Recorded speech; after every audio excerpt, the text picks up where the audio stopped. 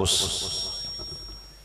महबूब का जिक्र करने के लिए हम सब हाजिर हैं,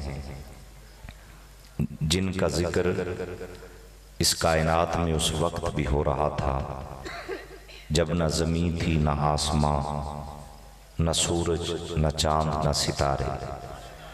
जब इस कायनात में कुछ भी न था, एक खुदा था और दूसरा जिक्र मुस्तफ़ा था। और क़यामत के दिन जब कायनात मिट जाएगी, फना हो जाएगी, और एक वक्त आएगा इस कायनात पर कि जब अल्लाह का जिक्र करने वाला भी कोई नहीं बचेगा।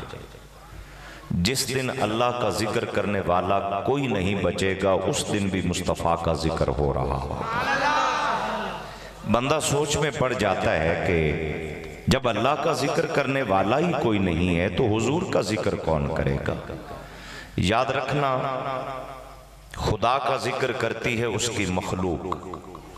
मखलूक क़यामत के दिन मिट जाएगी, मुस्तफ़ा का जिक्र खुदा कर रहा है। ना खुदा की ज़ात को फना है, ना जिक्र मोहम्मद को फना है। ये हम अक्सर दुरूद शरीफ पढ़ते हैं और आयत मशहूर मारूफ हर एक को आती है कि इन्नल्लाह व मलाइकतहू युसल्लूना अलन नबी या अय्युहल्लज़ीना आमनू सल्लु अलैहि व सल्लिमू तस्लीमा, कि बेशक अल्लाह और उसके फरिश्ते नबी पाक पर दुरूद पढ़ते हैं। ईमान वालों, तुम भी दुरूद व सलाम पढ़ा करो। इमाम बुखारी कहते हैं कि अल्लाह कौन सा दुरूद पढ़ता है।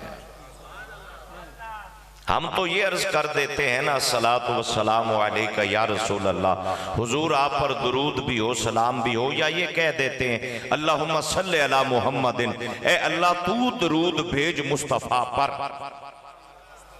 लेकिन अल्लाह कौन सा दुरूद पढ़ता है, उसके दुरूद पढ़ने का मतलब क्या है? तो इमाम बुखारी ने इस आयत के तहत सही बुखारी किताब तफसीर के अंदर लिखा, वो कहते हैं कि अल्लाह के दुरूद पढ़ने का मतलब है सलातुल्लाह ताला हुवा सनाउहु इंदल मलाइका, अल्लाह फरिश्तों को जमा करके मुस्तफ़ा की तारीफ करता है, सना करता है और हमें पैगाम देता है, मैं अर्शों पे मोहम्मद मोहम्मद करता रहता हूं, तुम फर्शों पे मोहम्मद मोहम्मद करते रहा करो। तो अल्लाह अर्शों पे जिक्र महबूब कर रहा है और हमें पैगाम दे रहा है कि जिसका जिक्र अर्श पे भी जारी है। इमाम अहले सुन्नत ने फरमाया था कि अर्श पे ताजा छेड़छाड़, फर्श पे तुरफा धूमधाम, आका कान जिधर लगाइए बस तेरी ही दास्तान है। उस महबूब का जिक्र करने के लिए हम हाजिर हैं, जिनको बना के बनाने वाला दुनिया में भेजता बाद में है और सारे नबियों से महबूब की आमद का जिक्र पहले करवा रहा है। जनाबे आदम से हजरत ईसा तक जितने भी नबी आए, फिर जमाना हजरत ईसा का आता है तो अपनी उम्मत को जमा करके ईसा अलैहि सलाम ये पैगाम देते हैं कि ऐ मेरा कलमा पढ़ने वालों, एक मेरे बाद भी आएगा जो मुझसे भी ज्यादा ऊंची शान वाला होगा। पूछा गया हुजूर जब वो आएंगे तो हम क्या करें?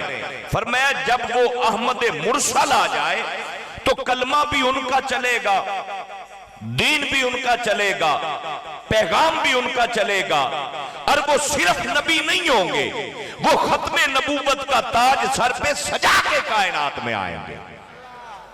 हुजूर क्या करें? फरमाया जिसको उनका दौर मिले फिर मेरा कलमा छोड़ देना है, मुस्तफ़ा का कलमा पढ़ना है। और फिर एक नबी ने दुआ मांगी, ईसा अलैहिस्सलाम ने। दुआ के लफ्ज सुनिए, मैं बरकाते मिलाद से गुफ्तगू को आगे लेके जाना चाहता हूँ।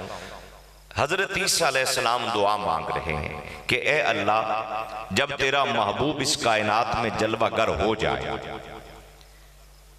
फिर मक्का की गलियों में पांव में जोड़े पहनकर तेरा महबूब चले,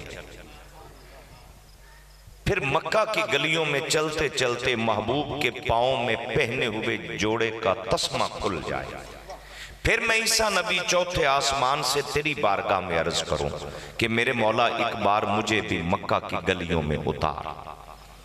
फिर मैं तेरे यार के कदमों में बैठूं, फिर तेरे महबूब के पांव में पहने हुए जोड़े का तस्मा मैं ईसा नबी अपने हाथों से बांधूं, फिर कदमों में बैठ के मुखड़ा महबूब का देखूं और चेहरा देख के अर्ज करूं, महबूबा बड़े बड़े देखे हैं पर मोहम्मद अरबी जैसा कायनात में देखा ही कोई नहीं। वो रसूल अल्लाह ने अता फरमाया। मेरे नबी ने जिब्रील से भी पूछा, फरमाया जिब्रील तूने आदम सफीउल्लाह को देखा, नूह नजीउल्लाह को देखा, मूसा कलीमुल्लाह को देखा, उसने यूसुफ भी तूने देखा है, लेकिन कोई हमसा भी नजर आया? नूरियों का सरदार कहता है, कल लबतुल अर्दा मशारे कहा व मगारे बहा वलम अरा रजुलन अफजल मिन मोहम्मद सल्लल्लाहु अलैहि वसल्लम। हुजूर मैंने आदम नबी को देखा, नूह नबी को देखा, इब्राहिम नबी को देखा, यूसुफ नबी को देखा, मूसा नबी को देखा, ईसा नबी को देखा, सारी कायनात देखी पर पूरी कायनात में मोहम्मद अरबी जैसा नजर ही कोई नहीं आता है।